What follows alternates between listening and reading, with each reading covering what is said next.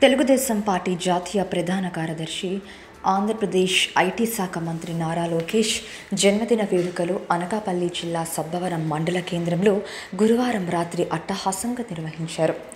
మాజీ MLA, Visakhapatnam Telugu Desam party అధ్యక్షులు, పెందుర్తి నియోజకవర్గం టీడీపీ ఇన్ఛార్జ్ గండి బాబ్జీ ఆధ్వర్యంలో ఇరువాడ జీఎస్ కళ్యాణ మండపంలో పెందుర్తి నియోజకవర్గం స్థాయిలో ఏర్పాటు చేసిన ఈ వేడుకలకు తెలుగుదేశం పార్టీ శ్రేణులు, నేతలు, కార్యకర్తలు పెద్ద ఎత్తున హాజరయ్యారు. రాష్ట్ర ముఖ్యమంత్రి చంద్రబాబు నాయుడు తనయుడు నారా లోకేష్ బర్త్డే కేక్ను విశాఖపట్నం పార్లమెంటు సభ్యులు శ్రీ భరత్ కేక్ చేసి గండి బాబ్జీకి, నియోజకవర్గ ముఖ్య నేతలకు తినిపించారు. ఈ సందర్భంగా ఏర్పాటైన సభలో ఎంపీ శ్రీ భరత్ మాట్లాడుతూ అతి చిన్న వయసులో అంతర్జాతీయ స్థాయి రాజకీయ నాయకుడిగా లోకేష్ ఘనత సాధించారని పేర్కొన్నారు. అంతేకాదు, నాయకుడిగా లోకేష్ అన్న ఘనత సాధించారని పేర్కొన్నారు.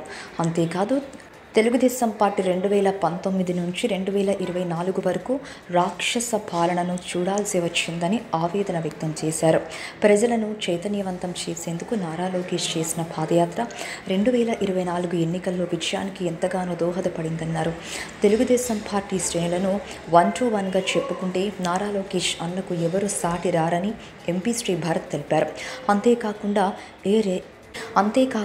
ఏ రాజకీయ పార్టీకి లేని విధంగా తెలుగుదేశం పార్టీకి కోటి సభ్యత్వాలు కల్పించిన ఘనత, పార్టీ కార్యకర్తలకు జీవిత బీమా భద్రతా విషయంలో నారా లోకేష్ సేవలు అమోఘమన్నారు. ఇప్పటికీ తన పుట్టినరోజు వేడుకలను లెక్క చేయకుండా రాష్ట్ర అభివృద్ధి కోసం ముఖ్యమంత్రి చంద్రబాబు నాయుడుతో కలిసి దావోస్ పర్యటనలో పరిశ్రమలకు పెట్టుబడులు సేకరించడంలో బిజీగా ఉండడం ఎంతో గొప్ప విషయమన్నారు. యువతకు ఎంతో స్ఫూర్తిదాయకంగా నిలిచిన నారా లోకేష్ మరిన్ని పుట్టినరోజులు జరుపుకోవాలని, రాబోయే కాలంలో ఉన్నత పదవులు అలంకరించాలని ఆకాంక్షిస్తున్నట్లు ఆయన పేర్కొన్నారు. ఈ సమావేశంలో మాజీ ఎమ్మెల్యే గండి బాబ్జీ మాట్లాడుతూ రాష్ట్ర మంత్రిగా, తెలుగుదేశం పార్టీ జాతీయ ప్రధాన కార్యదర్శిగా నారా లోకేష్ రాష్ట్రంలోనే కాదు భారతదేశంలో యువతకు ఎంతో ఇన్స్పిరేషన్గా అభివర్ణించారు. అందరినీ ఉత్సాహపరిచి ముందుకు తీసుకెళ్ళడం అనేది చిన్న విషయం కాదు, చాలా కష్టమైన విషయం. ఎందుకంటే ఇప్పుడు ఎట్లా అయిపోయారంటే, ఎవరి దగ్గర డబ్బు ఉంటే, ఎవరి దగ్గర పనులు ఉంటే వాళ్ళ దగ్గరికి ఎవరిని వెళ్ళిపోతాం, అంతే కదా. మీరు అనకపోయినా లోపల మనస్సాక్షి చూసుకోండి. ఇవాళ సమాజంలో డబ్బులు ఉన్నోడే గొప్ప, పవర్ ఉన్నోడే గొప్ప. ప్రత్యేకంగా 5 సంవత్సరాలు మనం అనుభవించిన నరకం మీ అందరికీ తెలుసు. నేను ఒక బాగా ఉన్న కుటుంబం నుంచి వచ్చాను. మీరు ఏం చేస్తారు, లేకపోతే ఈ ప్రాంతానికి ఏం చేస్తారు, లేకపోతే మా వృత్తికి ఏం చేస్తారు అని అడిగేవాళ్ళు ఎక్కువ ఉండేవాడిని మా తాత నాకు చెప్పారు. ఒక 15 ఏళ్ళు అయిపోయిన తర్వాత ఊరు గురించి అడిగేవాళ్ళు తగ్గారు. నా వీధికి ఏం చేస్తారు, లేకపోతే నా కుటుంబానికి ఏం చేస్తారు అని అడిగేవాళ్ళు పెరిగారు. ఇవాళ వచ్చేసరికి ఎట్లా అయిందో మీ అందరికీ తెలుసు. ఎట్లా అయిపోయింది,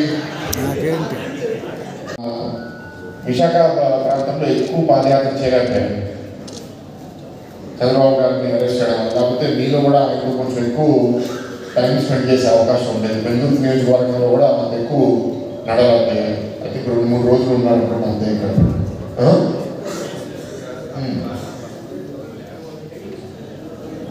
ఎంటైర్ స్టేట్ అంతా ఎవరు ఎట్లాంటి రోజు, ఎందుకంటే నేను అన్ని కలిసినప్పుడు అంటాను, మనము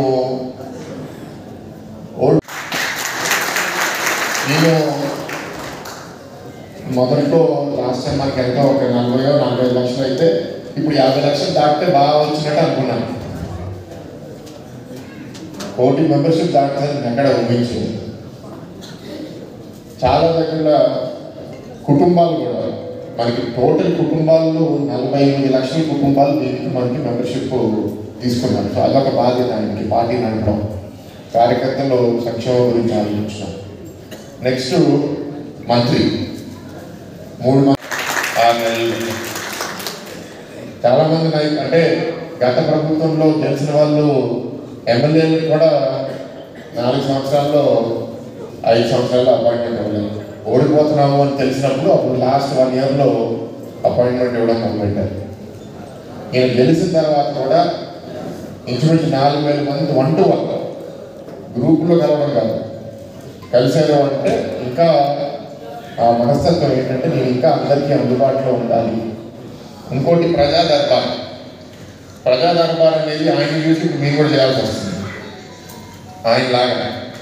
ఇప్పుడు ఆ ప్రజా దర్బార్ అనేది ఇంకా ఒక మంగళగిరి నియోజకవర్గానికి పరిమితం అవ్వకుండా ఒక మంత్రి ఇవాళ రోజుకి 2 గంటలు ఆయన నియోజకవర్గంలో ఉన్నప్పుడు ఎవరినైనా కలుస్తున్నారు, అందుబాటులో ఉన్నారని ఒక నమ్మకం వచ్చినప్పుడు రాష్ట్ర వ్యాప్తంగా చాలామంది వెళ్ళిపోతున్నారు ఇప్పుడు ప్రజా దర్బార్కి ఆయన దగ్గరికి. అది కూడా ఆయన చేయడం. నెక్స్ట్